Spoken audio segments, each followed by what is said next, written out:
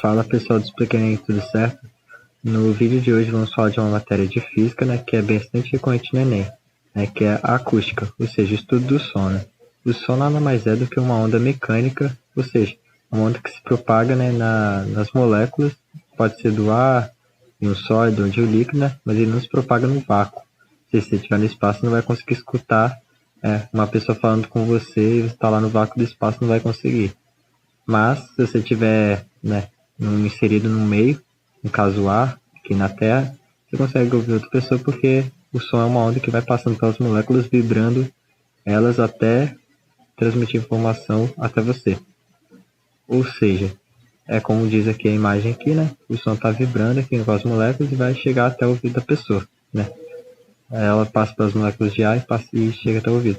E ela vibra longitudinalmente, ou seja, é uma onda longitudinal. Ou seja, ela vibra como se fosse uma mola que comprime e estica, né, a todo momento, né? Não é aquela onda que é a luz, né, que é transversal, que ela vibra de baixo para cima, como estão acostumados a ver uma onda, certo? E quanto mais rígido o meio, né, a gente pode pensar assim, né, maior a velocidade vai ser dela. Ou seja, se a gente está no meio líquido, a velocidade do som vai ser maior que a do ar, que é aproximadamente 340 metros por segundo no ar, ou seja, mais ou menos um terço de quilômetro a cada segundo. E na água consegue ser maior, e se for um meio sólido, uma barra de ferro, é maior ainda. Ao contrário da luz, né? Quanto mais rígido o meio, né? Quando a gente vê aquele... a gente vai estudar a luz, né? A gente estuda o índice de refração, né? Mais lenta é a luz, certo? O som é mais ou menos o contrário. Mas enfim, sem muita enrolação, vamos falar das qualidades fisiológicas do som.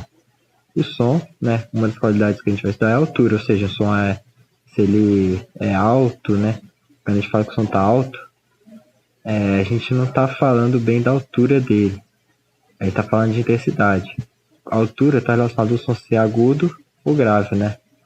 Essa qualidade que a gente consegue distinguir um som baixo e um som alto. O que seria um som baixo? Baixa frequência. E um som alto é uma alta frequência. O ser humano mais ou menos consegue ouvir, escutar, né, um som entre 20 Hz, a menor frequência que ele escuta, e 20 mil Hz, ou seja, 20 kHz mais ou menos, é a maior frequência que o ser humano consegue escutar. Acima disso, a gente chama de ultrassom, né? E abaixo dos 20 Hz, a gente chama de infrassom. O infrassom é produzido por alguns animais, né? E o ultrassom a gente vê muitos em morcegos, essas coisas. Em equipamentos médicos também, certo? Essa qualidade, ela está relacionada com a frequência, né? E não com a intensidade da onda, né? A intensidade da onda, que a gente chama de volume, o som está com volume alto, essas coisas, é a intensidade alta, não a altura que está alta. E está relacionado com a amplitude da onda. Quanto maior a amplitude, né, maior é a intensidade que o som vai, né, o volume que o som vai proporcionar às pessoas, né. Essa é a qualidade que vai diferenciar som fraco e som forte, né. Para falar de som fraco e forte, a gente vai falar de intensidade, que é a potência, né, do som por unidade área. A potência está relacionada diretamente com a amplitude, né. A intensidade mínima que a gente consegue captar é 10 elevado a menos 12 watts por metro quadrado, certo?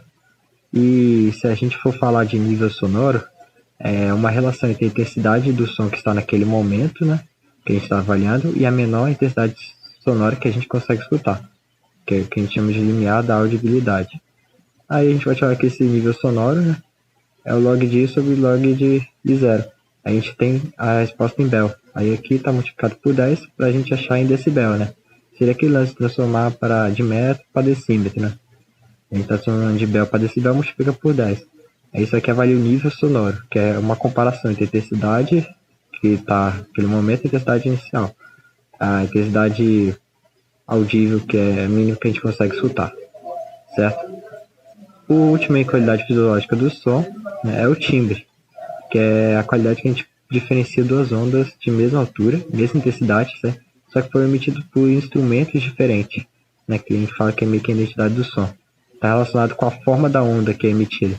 Aqui é um xilofone, é emitido mais ou menos assim, e aqui é a flauta. Podem ter a mesma altura, a mesma intensidade, mas o formato é diferente, certo? Agora vamos falar de fenômenos ondulatórios.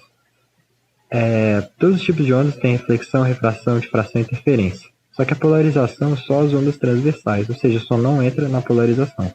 Não tem como você polarizar o som. Mas essas outras qualidades aqui a gente vai abordar com mais detalhes, né, no slide a seguir. Refração e difração é a mesma coisa que vocês viram com a luz, né? O som vai de um meio menos refringente para mais refringente, que sofre uma variação de velocidade, né? No caso, a gente não tem índice de refração, mas a gente tem mudança na velocidade quando ele muda de um meio para outro, dependendo do ângulo que ele incide, né? De uma superfície para outra, né? E ele sofre difração, né? Que é a capacidade de contornar o obstáculo com qualquer outra coisa. O que vai entrar algumas coisas específicas aqui é na interferência, né? Que quando as ondas elas estão juntas, né? A gente pode analisar uma frequência de batimento, né? E a gente tem ondas mais ou menos de frequências bem próximas, ou seja, uma diferença máxima de 8 Hz de um para outro. E quando elas se juntam, né? A gente cria uma onda resultante, né? A gente cria um batimento, seria aquele tutu que a gente escuta, né, nos alguns instrumentos médicos, né? Quando a gente pega uma frequência e debilitada é menor e acha um valor bem pequeno, assim, que seria o batimento, né, da interferência dessas duas ondas. E a reflexão, né, a gente tem algumas coisas que a gente pode abordar aqui no som, né, que é o eco, né, quando você grita num canyon, assim, você vê o som voltando, né, para você escuta o seu som que você diz e escuta o som voltando lá de baixo. É quando a gente tem uma distância maior, 17 metros, né, que a onda bate e volta, ela demora um tempo maior que 0,1 segundos mais ou menos para voltar até você. Ou seja, você escutou, na sua cabeça ela demorou 0,1 segundos para voltar, ou seja, você está reescutando ela de novo, com atraso.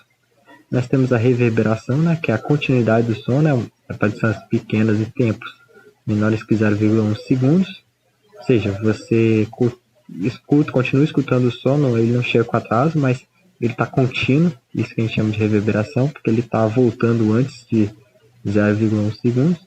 E nós temos o reforço, né, que seria meio que uma ideia de aumentar a amplitude, né, que o tempo dos sons é aproximadamente zero, ou seja, ele está voltando e está indo a distâncias pequenas, né, ele vai e volta numa distância bem pequena, num tempo bem curto, e reforça o som que você acabou de falar. E isso meio que causa um aumento, né, um reforço no som.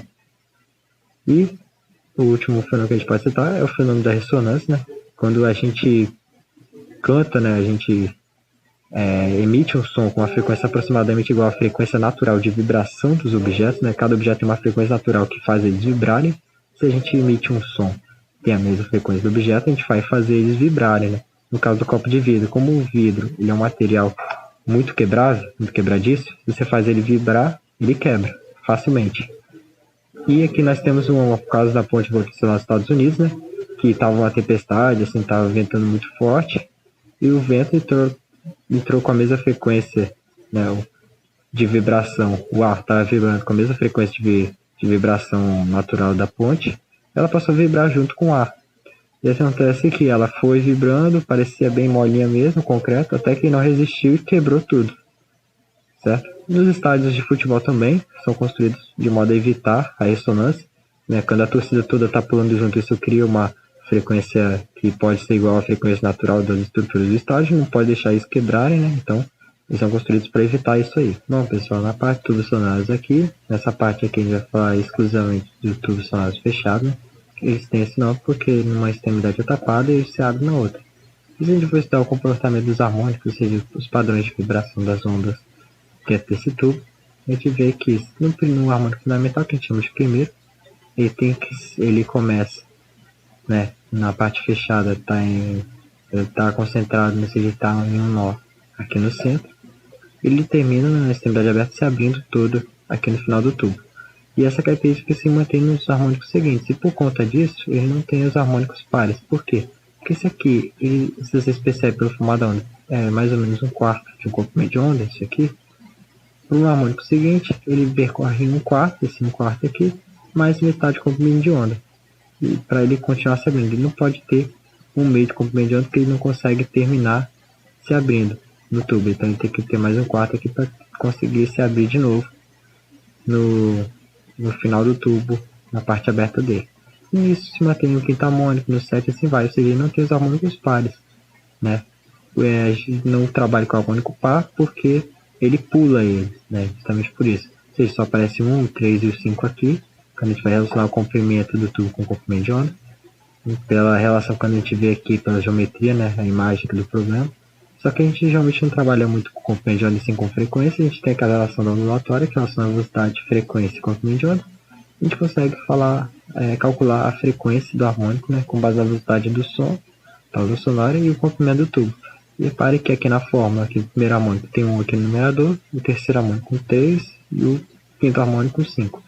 Isso se mantém nessa fórmula geral aqui, que é N vezes 4L, né, em que o N varia de 1, 3, 5 e assim vai, ou seja, em números ímpares, ou seja, não tem os harmônicos pares, só os harmônicos ímpares, certo?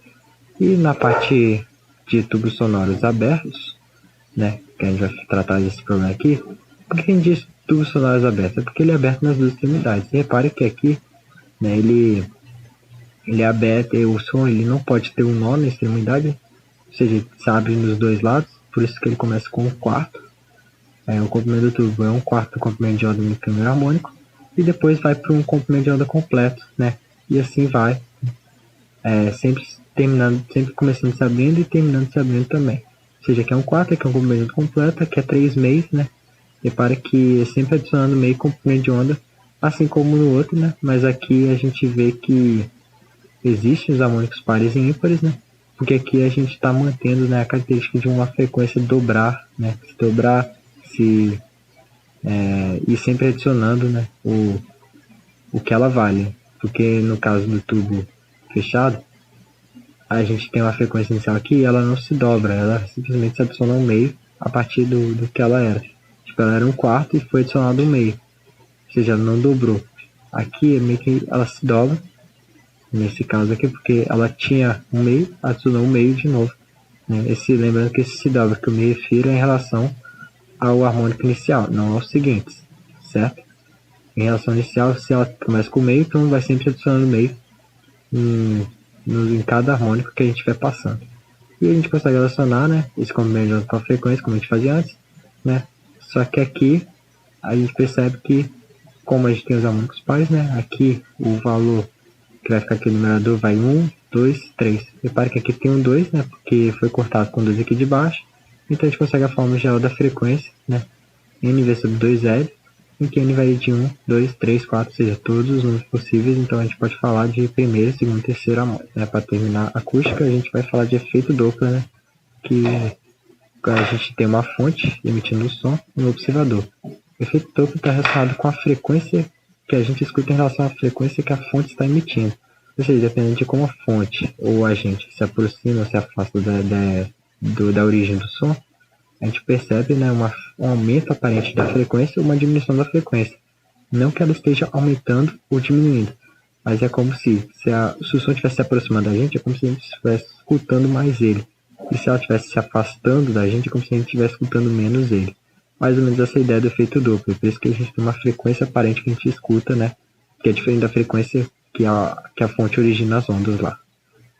E como que a gente estuda isso? Bom, a gente estuda isso pela seguinte forma. A frequência que a gente escuta é a frequência da fonte vezes a velocidade do som, mais ou menos a velocidade do objeto, isso dividido pela velocidade do som, mais ou menos a velocidade da fonte. Esse mais ou menos aqui, por que eu disse mais ou menos? Porque o sinal vai variando, né, dependendo dos casos que ela está acontecendo. A gente tem que a fonte e o observador estão se afastando, né, a gente vê que a gente tem que analisar para cada caso. No caso do observador, ele está se aproximando do som, então a frequência tem que aumentar para ele, então a gente bota mais. Se a fonte está se aproximando do observador, a frequência também tem que aumentar para o observador. Então a gente bota um menos aqui para fazer o denominador ser menor, né, e a expressão ser maior.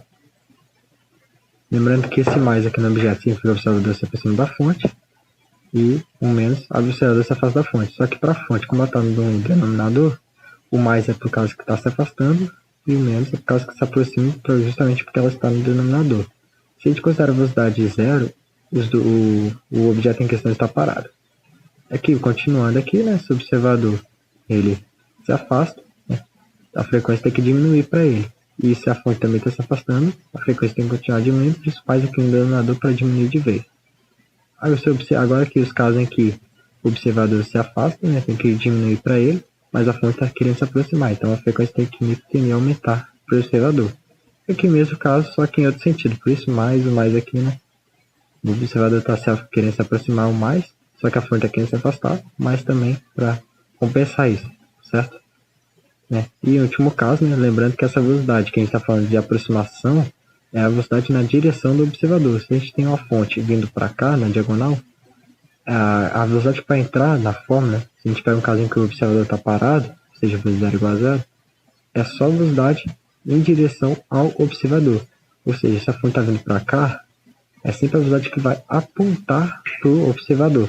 Ou seja, a velocidade que está perpendicular não vai influenciar em nada, porque a velocidade que está perpendicular ao observador não vai se aproximar nem se afastar dele. É só a velocidade relativa de aproximação e afastamento da fonte.